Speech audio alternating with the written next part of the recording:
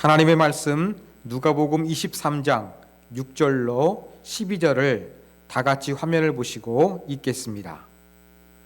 빌라도가 듣고 그가 갈릴리 사람이냐 물어 헤롯의 관할에 속한 줄을 알고 헤롯에게 보내니 그때의 헤롯이 예루살렘에 있더라. 헤롯이 예수를 보고 매우 기뻐하니 이는 그의 소문을 들었으므로 보고자 한 지 오래였고 또한 무엇이나 이적 행하심을 볼까 바라던 영고로라. 여러 말로 물으나 아무 말도 대답하지 아니하시니 대제사장들과 서기관들이 서서 힘써 고발하더라. 헤롯이 그 군인들과 함께 예수를 업심여기며 희롱하고 빛난 옷을 입혀 빌라도에게 도로 보내니 헤롯과 빌라도가 전에는 원수였으나 당일에 서로 친구가 되니라. 아멘. 오늘은 예수님의 고난을 법적인 관점에서 살펴보고자 합니다.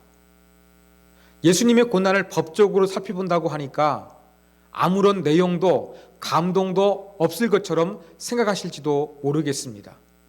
왜냐하면 우리 실생활에서의 법은 형식적인 것이고 귀찮은 것으로 느껴질 때가 많기 때문에 그렇습니다. 그러나 한 번 더 생각해 보면 그렇지 않습니다. 지금 우리나라뿐만 아니라 전 세계가 코로나 바이러스로 인해서 심각한 위기에 직면해 있습니다. 생명의 위협을 느낄 뿐만 아니라 먹고 살기 힘든 경제 위기에 직면해 있습니다.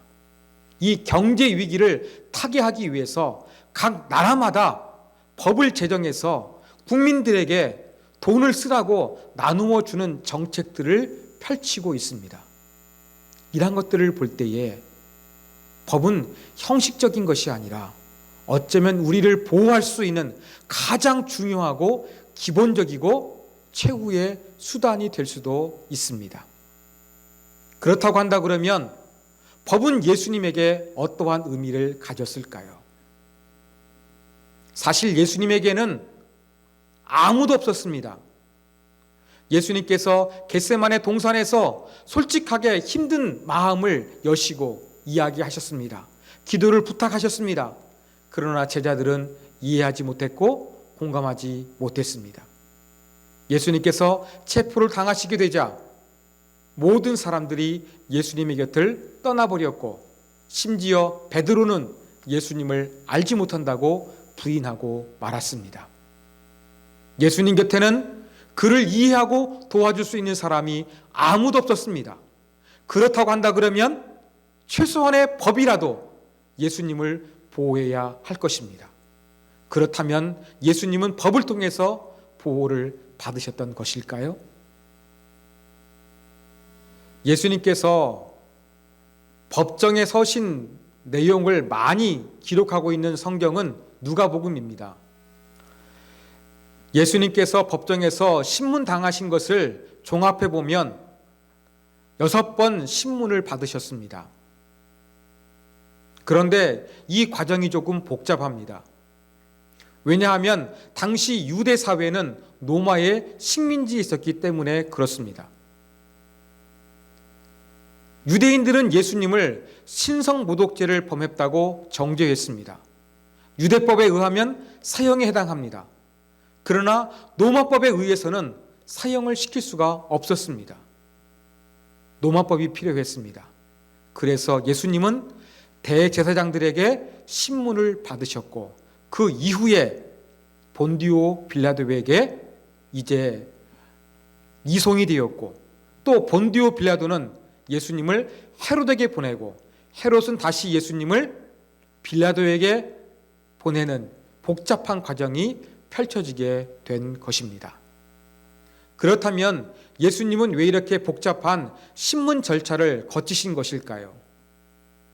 그 이유는 본디오 빌라도가 정치적으로 안정되지 못했기 때문에 그렇습니다. 그의 지위는 불안했습니다. 그래서 예수님을 헤롯에게 보냈고 헤롯에게 보내진 예수님은 그로부터 멸시와 저주와 능욕을 당하신 이후에 다시 빌라도에게로 보내졌던 것입니다. 이러한 과정을 통해서 예수님은 아무런 법적인 보호를 받지 못했습니다. 그러면 법적으로 가장 이득을 본 사람은 누구겠습니까?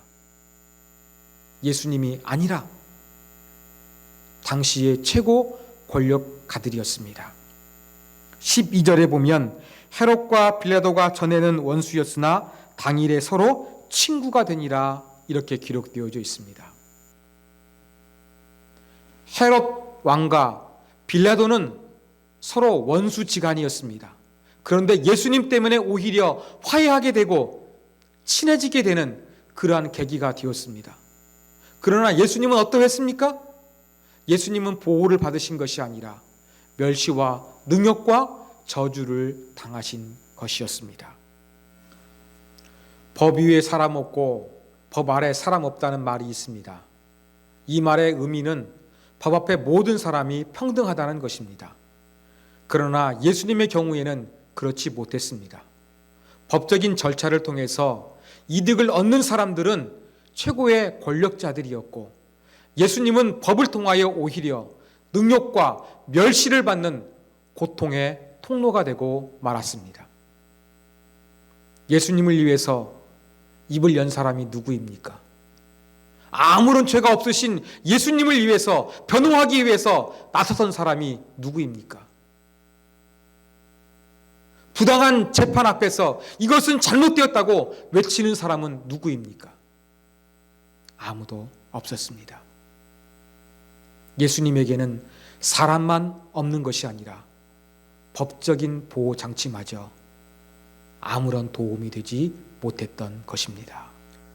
법적인 보호를 전혀 받지 못했던 예수님처럼 우리의 삶도 법적인 도움을 받지 못하는 경우가 있습니다. 사람들만이 우리를 외면하는 것이 아니라 가장 기본적인 법조차 우리를 피해갑니다. 우리를 돌보지 않습니다. 이러한 상황에서 우리는 고통하고 절망하게 됩니다. 예수님이 법적인 절차를 통해서 고난을 받으셨던 것처럼 저와 여러분도 법적인 것으로 인해서 오히려 더 힘들고 어렵게 살아가기도 합니다. 사랑하는 여러분, 이것이 바로 예수님께서 당하신 고난이었습니다. 예수님에게는 십자가 위에서 육체적인 고난만 있는 것이 아니었습니다. 사람들이 다 떠나버린 심리적인 고난만 있는 것이 아니었습니다. 법적인 고난도 있으셨습니다. 법마저 예수님을 보호해 주지 못하고 오히려 고난의 수단이 되고 말았던 것입니다. 이러한 법적인 고난까지 받으시면서 예수님은 저와 여러분들을 사랑해 주셨습니다. 사랑하는 여러분, 법적인 고난에도 불구하고 우리를 끝까지 사랑하신 예수님, 그 예수님의 은혜를 생각하며 이 시간에도 간절히 기도하시는 저와 여러분이 되기를 주님의 이름으로 부탁드립니다.